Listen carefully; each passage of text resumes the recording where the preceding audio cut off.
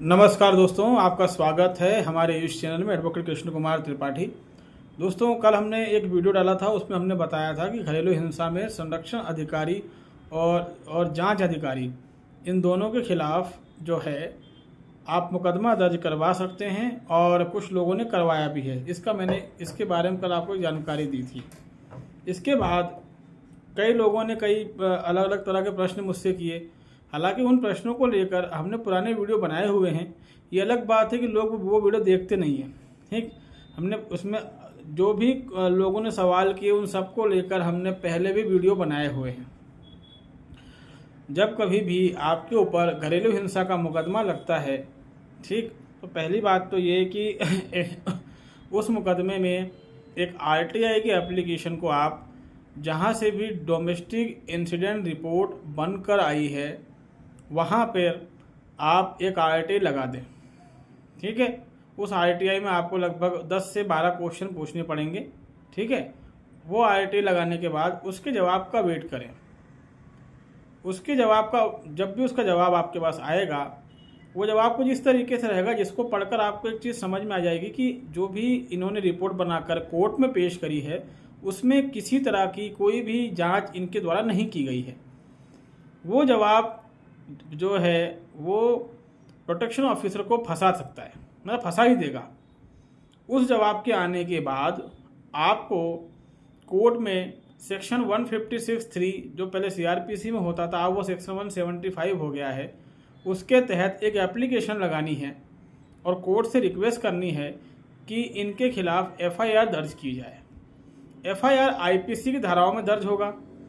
IPC की धाराएं जो कहती हैं कि अगर कोई लोक सेवक यानी पब्लिक सर्वेंट, गवर्नमेंट अधिकारी अगर किसी तरह की ऐसी रिपोर्ट बनाता है जिससे कि किसी बेकसूर इंसान को फंसाया जाता है तो उसके खिलाफ कार्रवाई की जाएगी।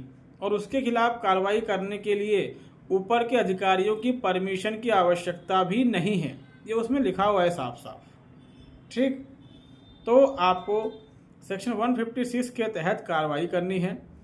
156 की एप्लीकेशन लगाने के पहले आपको जो मतलब संबंधित अधिकारी हैं जिन्होंने ऐसी फर्जी रिपोर्ट बनाई है उनके खिलाफ आपको महिला बाल विकास मंत्रालय और जो भी आपके राज्य में महिला बाल विकास विभाग है इन सब के यहाँ शिकायत कर देनी है।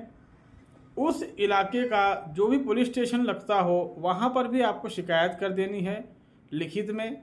और जो भी आपके क्षेत्र के एसपी, आईजी, सीएसपी, एसीपी जो भी पुलिस अधिकारी हों बड़े, उनके पास भी आपको शिकायत भेज देनी है।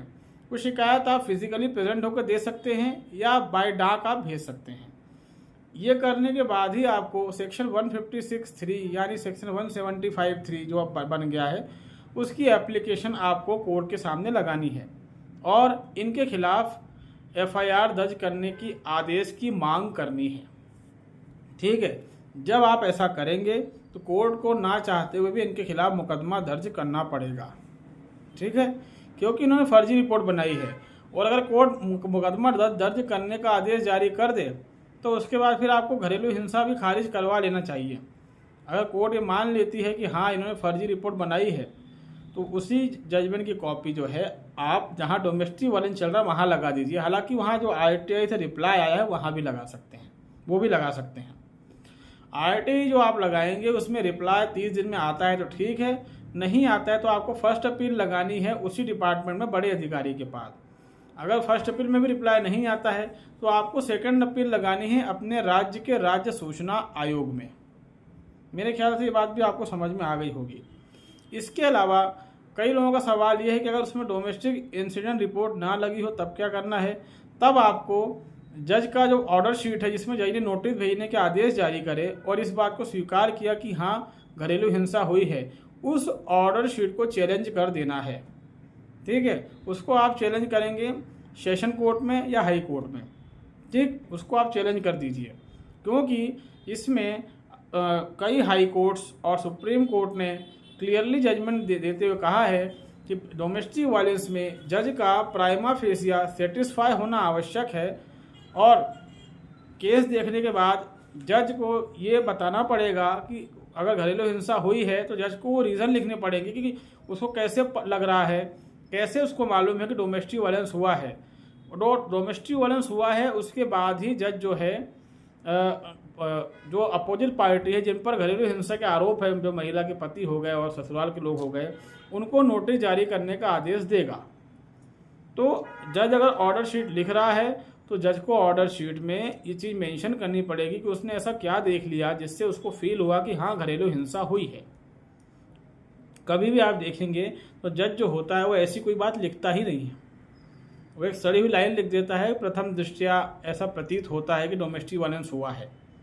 इस तरह से कुछ भी सड़ी हुई लाइन जज लिख देता है, आप उसको चैलेंज कर दें और चैलेंज करने के बाद जज से आप कोर्ट से ही पूछें कि कैसे जो मजिस्ट्रेट है जिसके पास ये मुकदमा चल रहा है डोमेस्टिक वायलेंस का, उसने कैसे मान लिया कि मैंने घरेलू हिंसा करी है।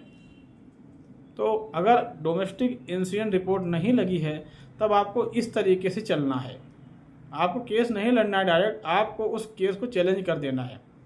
उसमें आप ऑर्डर शीट देख लीजिए और ऑर्डर शीट देखने के बाद केस को चैलेंज कर दीजिए। कभी भी घरेलू हिंसा के केस को सीधे सीधे लड़ना शुरू मत कीजिए। आप लोग मतलब आपके वकील क्या करते हैं कि तारीख लगी, अब उसके बाद कई स्टेट ऐसे हैं, कई राज्य ऐसे हैं जहाँ पर मीडिएशन होता है डोमेस्टिक वायलेंस में भी, तो आप मीडिएशन चले जाते हैं और उसके बाद फिर जो पिटीशन लगी है उसका रिप्लाई फाइल करते हैं। उसमें सेक्शन 23 का इंटरम रिप्लाई पहले फाइल किया जाता है, आपका वकील वो फाइल कर देता है। वो फाइल करते ही कोर्ट आपके ऊपर भरण पोषण बांध देती है और उसके बाद फिर भरण पोषण के लिए वो पत्नी वसूली लगाती है। ये सिलसिला कई साल तक चलता रहता है और केस वहीं पर थम जाता है। जज साहब जो है उनमें इतना दिमाग नहीं होता कि मैं जो फाइनल एप्लीकेशन जो मेन एप्लीकेशन उसका रिप्लाई लेकर और जो है बयान करवा के केस को आगे बढ़ाएं, एविडेंस पे ले जाएं और केस को डिसाइड करें। नहीं, वो ऐसा करते ही नहीं हैं, जबकि उसमें लिखा है कि 60 डेज में आपको ये डिसाइड कर लेना है। तो इस तरह की चीज़ें होती हैं डोमेस्टिक वायलेंस में। तो अगर आप पे केस लगा है और उसमें डोमेस्टिक इंसिडेंट रिपोर्ट लगी है, इमीडिएटली जो है आप RTI की एप्लीकेशन लगा दें और फटाफट उसका रिप्लाई लेकर आप जो हैं जो प्रोटेक्शन ऑफिसर है उसके खिलाफ डायरेक्ट कोर्ट में सेक्शन 156(3) के तहत केस फाइल करें। लेकिन केस फाइल करने के पहले क्या करना है ये बात मैंने आपको बता दी है, ठीक है। और जो भी करें कानून के प्रोसीजर के अकॉर्डिंग करें। एक गलती करेंगे केस खारिज हो जाएगा, क्योंकि कोर्ट में ऐसा ही होता है। जो जज रहते हैं वो बैठे रहते हैं ये लूप होल फाइंड करने के लिए कि इसने कहाँ कौन सी गलती करी है, उसको पकड़ के मैं केस खारिज करूं। जजों का हमेशा ऐसे रहता है। तो आपको जो है प्रोटेक्शन ऑफिसर के खिलाफ कंप्लेंट कोर्ट में कि एप्लीकेशन लगानी है 156(3) की, और सबूत तो आपके पास रहेगा ही, क्योंकि जो RTI से आया हुआ एविडेंस है उसके बेस पर जो है आप उसके खिलाफ मुकदमा दर्ज करवा सकते हैं। इस तरीके से आपके केस में एक बहुत ही क्रांतिकारी परिवर्तन आएगा। साथ में 60 डेज की एप्लीकेशन बाद में लगाइए और कहिए कि सर इस मामले को जल्दी ख़त्म किया जाए। देखिए, घरेलू हिंसा का जो मुकदमा होता है उसका प्राइम ऑब्जेक्ट है वो है किसी महिला को घरेलू हिंसा से बचाना। उसका प्राइम ऑब्जेक्ट भरण पोषण नहीं है, ये बात अच्छे से समझ लीजिए। ये उसका एक सेकेंडरी ऑब्जेक्ट है। उसका प्राइमरी ऑब्जेक्ट है किसी महिला पर घरेलू हिंसा ना हो, इसलिए उसको सुरक्षा प्रदान करना, ठीक है। लेकिन जब महिला ही गलत बोल रही है, हमने घरेलू हिंसा करी ही नहीं है, तो वो मामला मेंटेनेबल नहीं है। एक और चीज़ ध्यान रखें, कई बार ऐसा होता है कि महिला जो है शादी उसकी अपने शहर में हुई पति के साथ, शादी के बाद वो पति के घर में जाकर रह रही है, वो इन दोनों शहरों में डोमेस्टिक वायलेंस का मुकदमा दर्ज नहीं करवाती है। वो क्या करती है, इन दोनों शहरों से अलग किसी शहर में जाती है और वहाँ पर घरेलू हिंसा का मुकदमा दर्ज करवा देती है। ऐसा इसलिए वो करती है ताकि पति परेशान हो और पति के परिवार वाले परेशान हो। फॉर एग्जाम्पल, वो मान लीजिए कि जहाँ पर उसकी शादी हुई है वो उसका मायका है और जहाँ उसको जाना है वो उसको ससुराल है। इन दोनों के बीच में ज़्यादा दूरी नहीं है। मालूम पड़ता है कि 10 किलोमीटर या 20 किलोमीटर या 50 किलोमीटर या 60-70 किलोमीटर की दूरी है। उसको लगता है कि ये तो फटाफट यहाँ पे आ जाएंगे, 1 घंटे में आ जाएंगे। इसलिए वो क्या करती है, किसी दूसरे शहर का जो वहाँ से मान के चलिए 5-6 घंटे का रास्ता हो, वहाँ जाके मुकदमा दर्ज करवा देती है ताकि पति परेशान हो। तो अगर कभी ऐसा वो करती है तो ये इलीगल है। इस पे भी कई जजमेंट्स हैं अलग अलग हाई कोर्ट के, जिसमें कहा गया है कि ओकेशनली महिला अगर किसी जगह पर रही है तो वहाँ से वो मुकदमा दर्ज नहीं करवा सकती है। ये क्लियरली जो है इस कई जजमेंट इस पे अलग अलग हाई कोर्ट्स ने दिए हैं। तो इस चीज़ का भी ध्यान रखा कीजिए कि आपके जो मुकदमे चल रहे हैं उसमें कोर्ट का जुरिडिक्शन बनता है कि नहीं बनता है। क्योंकि कई बार क्या होता है कि आपका वकील तो ध्यान देता नहीं है, मुकदमा शुरू हो जाता है, चलने लगता है। एक बार मुकदमा शुरू चलने लग गया, फिर उसके बाद आप ऑब्जेक्शन नहीं कर सकते कि सर ये मेंटेनेबल नहीं है। तो बेहतर होगा कि पहले देख लिया कीजिए कि मेंटेनेबल है कि नहीं, इसने सही जगह से लगाया है कि नहीं। तो मेरे ख्याल से आपको हमारी ये चीज़ें समझ में आई होंगी। आप अगर हमारे चैनल में नए हैं तो इसको लाइक करें, इसको सब्सक्राइब करें, इसको शेयर करें दोस्तों। तब तक के लिए धन्यवाद, नमस्कार।